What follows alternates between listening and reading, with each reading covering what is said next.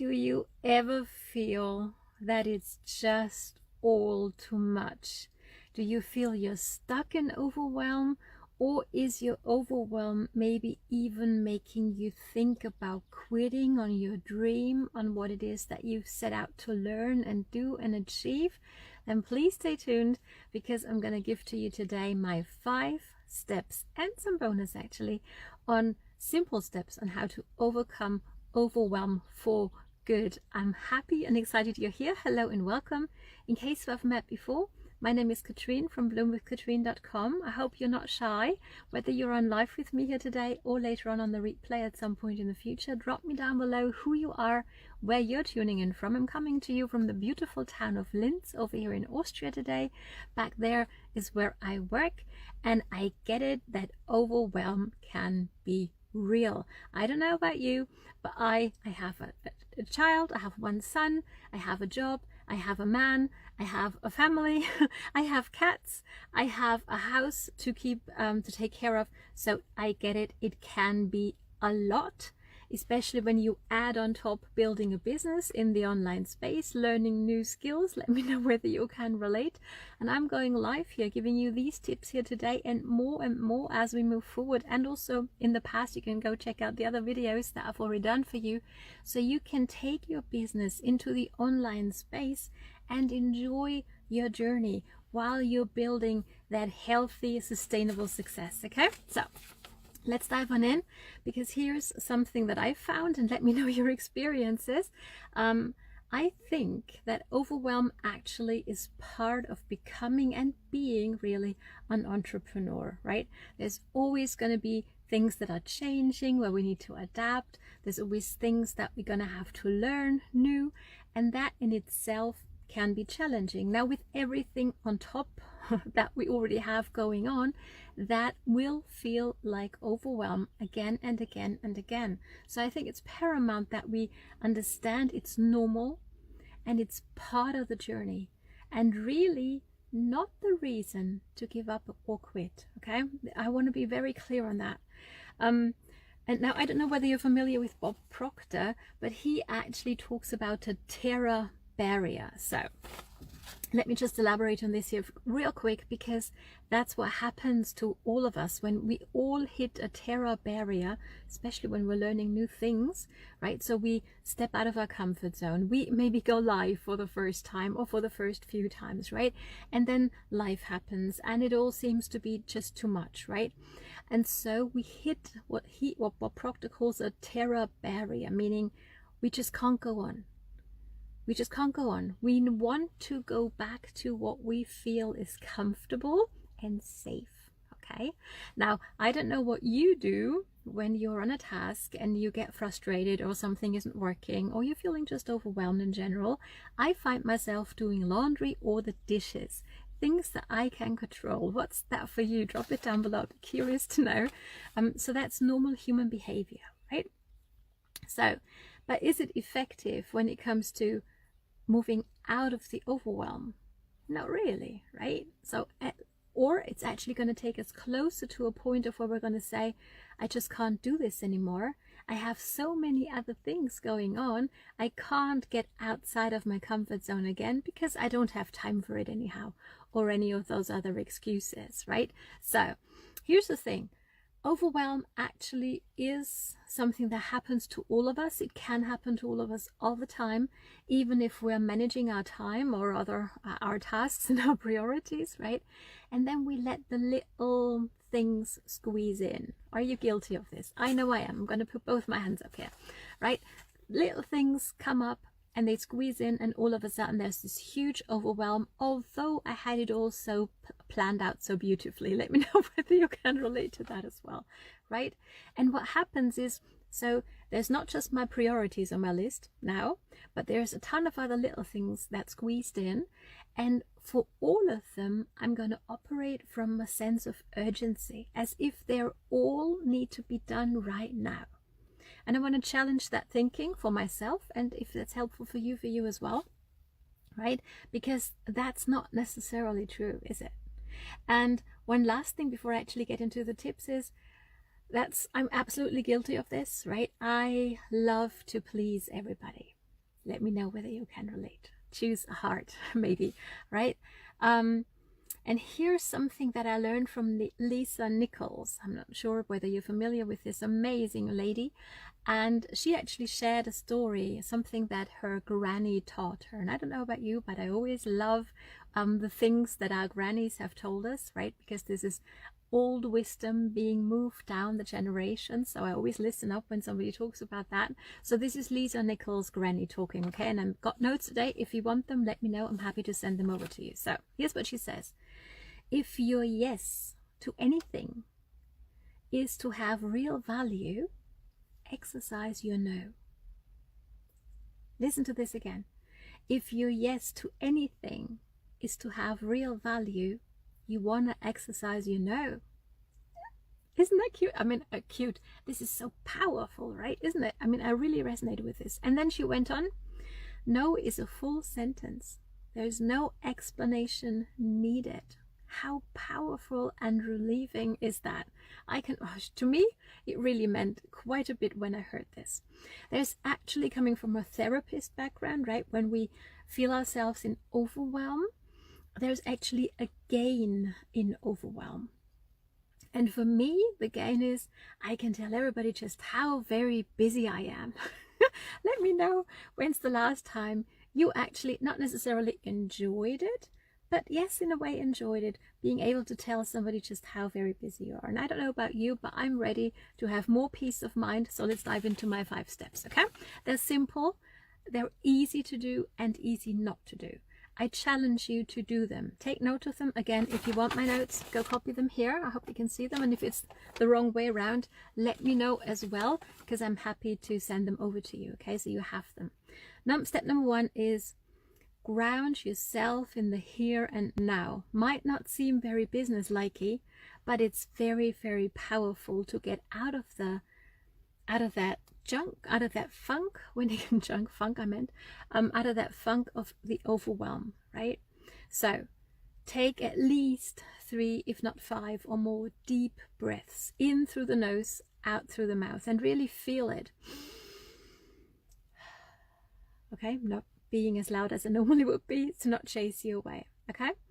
But while you're doing that, relax your jaw, relax your neck, your shoulders, your arms right to the top of the fingertips, because we hold a lot of tension there, and overwhelm definitely stresses us, doesn't it?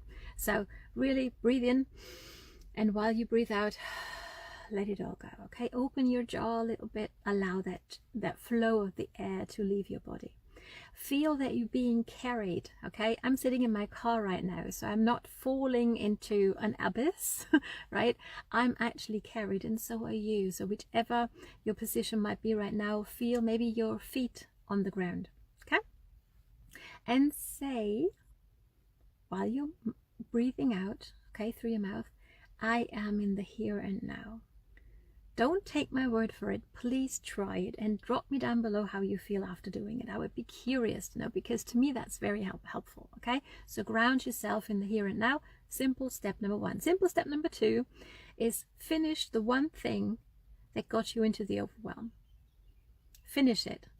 Don't go do the laundry or the dishes, and I'm talking to myself here as well, remember, okay? I'm your sister in the journey, right? Don't go do your laundry, or if you do it, know that you're doing it to avoid growth.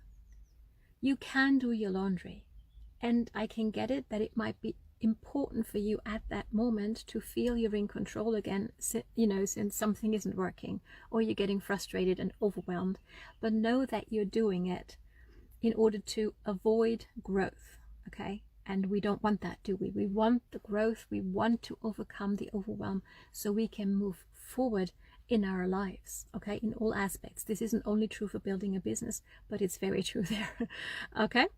So just finish the one thing you're working on, okay? Finish it. And then once that's done, make a list, and that's step number 3. Make a list of all the things that are overwhelming you, that need to get done, that seem to all be, you know, at the same level of urgency on first sight, right? Or from an emotional standpoint. List them off, get the ideas out of your mind, through your writing on paper, so you have it to look at, like I have my notes here, right? And then you can prioritize your list. You can go 1, 2, 3 if that works for you, but you could also do something that, again, I learned from Lisa Nichols the other day, and she's actually talking about high value activity, time and tasks. Okay, so there's a time when you're most effective, when you're most able to get stuff done. That would be your high value activity time. Okay, and there's also low value activity time, like doing the laundry. It's not that it's not important, but it's not going to move your business forward. It's not going to move you forward necessarily in your life, is it? So that's what Lisa calls a low value activity. So just become mindful, okay? Take a look at all the things on your list and prioritize them when it comes to, is this a high value activity task? Is it a mid value activity task, or is it even a low value activity task? It might be fun, right? Some people enjoy doing the laundry. I know I feel better when it's done and it's all cleaned up in my kitchen. I like that. But it's, you know, it's not really going to move the needle forward for me in my business. Let me know whether this makes sense. So prioritize in whichever way helps you. I find these degrees of activity, if you wish, high, mid and low value activity, very, very helpful. So you're prioritizing your list. Next up, you're going to delegate what you can, because, my friend, you don't have to do everything yourself. Okay, when it comes to doing the laundry, when it comes to doing the dishes, have somebody else maybe do it for you. Have them help you do the tasks, right? So you have more time to build your business and do those high value activity tasks that only you can do. Okay, and last but not least, say no to a few things as well. If they're not going to move the needle forward for you right now, maybe this is not the right time to take them onto your list. Okay, and remember, a no is a complete sentence and you don't have to explain yourself. So that's step number 3. Step number 4, now, after doing a lot of work on getting clarity, I want you to take a break.